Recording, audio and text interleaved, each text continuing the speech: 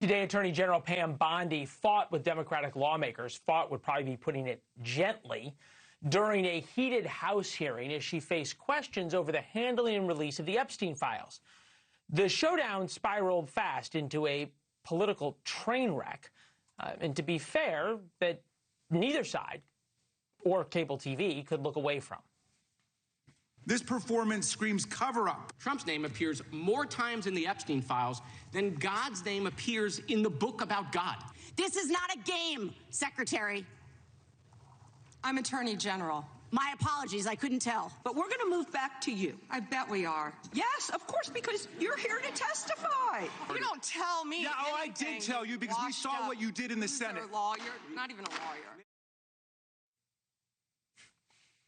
And it went downhill from there. Congressional hearings have evolved into foolishness. It's performance art for very selected audiences. The files have allowed everyone to build their own adventure. And frankly, the people lost in it are the victims. Think of it as a train wreck that keeps going. Most train wrecks stop. This is a train wreck going downhill. It just keeps continuing. With us now, Democratic Massachusetts Congressman Lori Trahan. With us now, Trahan. Good to see you, ma'am. Thank you. Good to see you. Help me understand this from a Democratic perspective. Number one, is the Epstein files working for Democrats politically? And in a best-case scenario, what do you want to accomplish? Well, I don't think the Democrats think about whether this is working for us politically. I think we have a job to do because the victims, oh, no, Leland, the victims were in that room today and they weren't served at all by the performance of Pam Bondi. I mean, when they came to Congress last year, and they were served by the Democratic members? Well, the Democratic members were the ones who worked with they were served by the Biden Justice Department? A handful of Republicans to get the files released in the first place. Right now, only less than half of the files have been released, and they've been done in an incompetent way where their names haven't been redacted while the perpetrators' names have. I mean, this has been pandemonium from the get-go. And, you know, Pam Bondi was supposed to come. I agree with you. It's been a complete train wreck. I think neither side has distinguished itself that well. But I'm interested from the Democratic perspective here because Democrats were completely unconcerned with the Epstein files during the Biden administration. And now we'll play Premier Jayapal, another Democratic congresswoman who's upset that too much about the Epstein files have been released. Take a listen. Will you turn to them now and apologize for what your Department of Justice has put them through with the absolutely unacceptable release of the Epstein files and their information? So what's the issue? That there's been too little of the Epstein files released or too much? No, I think this is simple. For so long, the Republicans didn't allow us to vote on the release of the Epstein files because they claimed that they wanted to protect the victims. Then, when we actually passed the legislation to release the files, the Justice Department sloppily releases files with the victims' names exposed while perpetrators' names are redacted. I mean, it is so irresponsible, and it is not justice for the victims. So, look, your point on Biden, we could go back multiple presidents. I mean, this started with George W. Bush. This started with Obama. This started with Biden and Trump's first presidency. I think all of them should have allowed an investigation so that these victims, these women and these girls could have the justice that they deserve.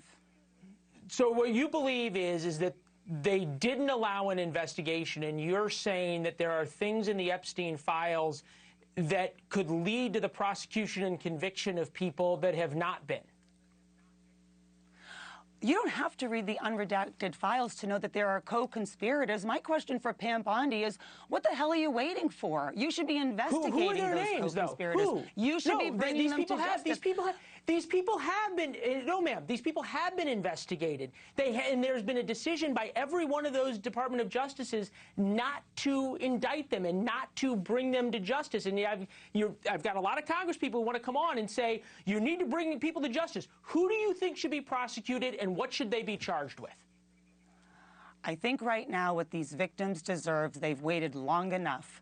They know that there are people who've committed That's heinous not an answer to the crimes question. around women Who? being trafficked, and those people who are mentioned in these files should be brought to justice. Give me a Everybody name. who's been Give me a named, name and what they should be charged with. Look, Everybody who's been named? George Stephanopoulos, Katie Couric's in there. Should they be brought to justice? Who? Who should be charged? Hey, Leland, come on. They should be investigated to find out how much that they've been involved in these crimes. Some people are just mentioned in the files because they had an association. Some people have been to these, these parties with Epstein where they took advantage and they raped young women. Those people should be investigated. I don't care who they are. All of them. No, but you can't say all. You have to say a name. You can't indict all of them. You have to indict a name, and I've yet to hear from a member of Congress who keeps saying this.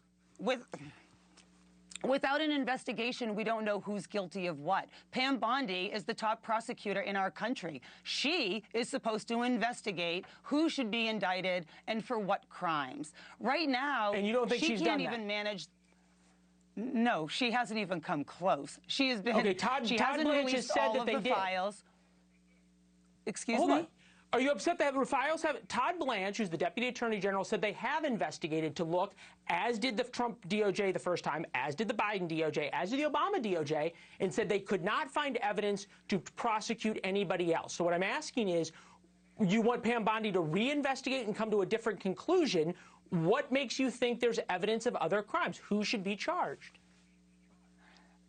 I believe that there are less than half of the files that have been released, that have been scrutinized. When the victims came to us and they had a press conference today, they believe that there are many perpetrators who have not been properly investigated and brought to justice. As people on the Oversight Committee, on the Judiciary Committee, we want to make sure to hold this Justice Department accountable, given the fact that the victims have come to Washington begging for this justice. Yes. Fair enough.